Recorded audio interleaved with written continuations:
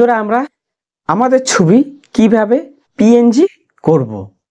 এবার পিএনজি করলে কি সুবিধা হয়, আমাদের যে থাম্বনেল আমরা ক্রিয়েট করি সেই থাম্বনেলে আমাদের পিকচার পিএনজি মানে সেট করতে পারি, মানে দেখতে ভালো লাগে। তো এই পিএনজি কোন অ্যাপ্লিকেশন থেকে করব, কিভাবে করব, আমি এই ভিডিওতে প্রপারভাবে আপনাদেরকে বলে দেব, আপনারা একদম ভালোভাবে দেখে নেবেন। আর হ্যাঁ, আপনাদের আমি আরেকটা কথা বলে দিই, আপনাদের পিকচার আপনারা পিএনজি করবেন, সেই পিকচারটি যেন কোয়ালিটি ভালো হয়। কোয়ালিটি ভালো হলে কি হবে, আপনাদের যে পিএনজি করবেন, যে মানে কাট যে করতে হবে, সেটি আপনারা কিন্তু সুবিধা হবে।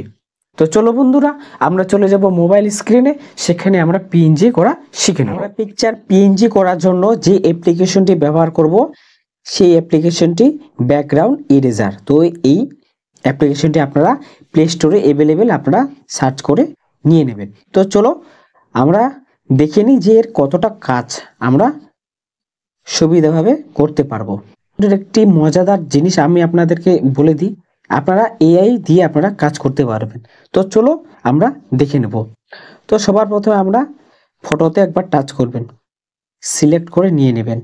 তো এই সাইডগুলো আপনারা একটু ছোট বড় করে নিতে পারেন।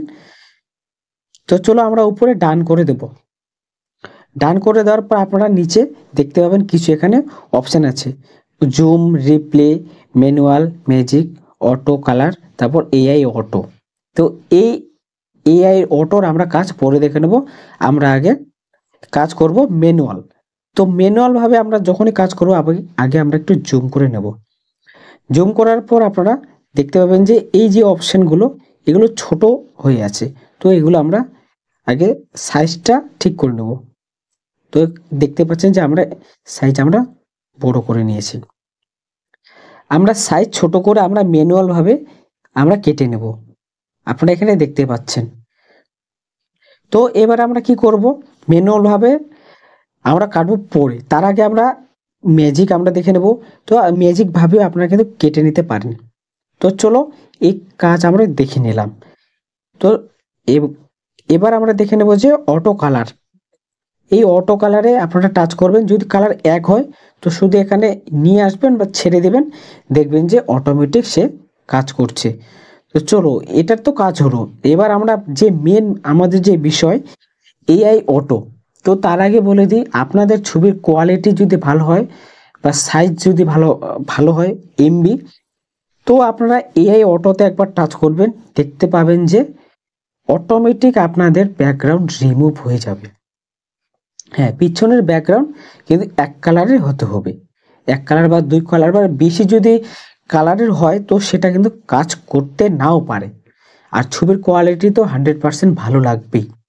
তো দেখতে পাচ্ছেন যে আমরা এআই দিয়ে যে কাজ করলাম, তো অটোমেটিক কাজ করেছে। তবুও যদি থেকে যায়, এবার আমরা কাজ করব ম্যানুয়ালভাবে। ম্যানুয়ালভাবে আমরা এই যে দেখতে পাচ্ছেন যে ম্যানুয়ালভাবে আমরা আবার একটু করে ধীরে ধীরে সাইজটাকে আমরা ছোট করে নেব, আর আমরা ধীরে ধীরে ভাবে আরো সুন্দরভাবে কেটে নেব। এবার ধরে নাও যে আমাদের একটু খারাপ করে ফেলেছি, মানে আমরা ছবি কেটে ফেলেছি বেশি করে। তো এবার আমরা কি করব, আপনারা এই যে রিপ্লে আছে, রিপ্লেতে চলে আসবেন। রিপ্লেতে আসার পর আপনারা দেখতে পাবেন যে আবার আমরা আগের মতো করে নিয়ে আসতে পারবো। তো আপনারা এখানে দেখতেই পাচ্ছেন। তো চলো এবার আমরা ছবিটা ছোট করে নেব। ছোট করে নেওয়ার পর আমরা চলে আসবো উপরে ডান। তো আপনারা ডান চলে আসবেন। এরপর আপনারা নিচে দেখতে পাবেন যে 1 2 3 4 বলে সংখ্যা আছে। তো এগুলো আপনারা চেক করে নেবেন যে ছবিটা কেমন হচ্ছে, কত নাম্বারে পার্সেন্টেজ হলে ভালো হবে। তো এবার আপনারা উপরে সেভ করে দেবেন। আপনারা উপরে ফিনিশ দেখতে পাবেন, তো এই ফিনিশে একবার টাচ করবেন, তাহলে বাস আমাদের কাজ হয়ে গেছে।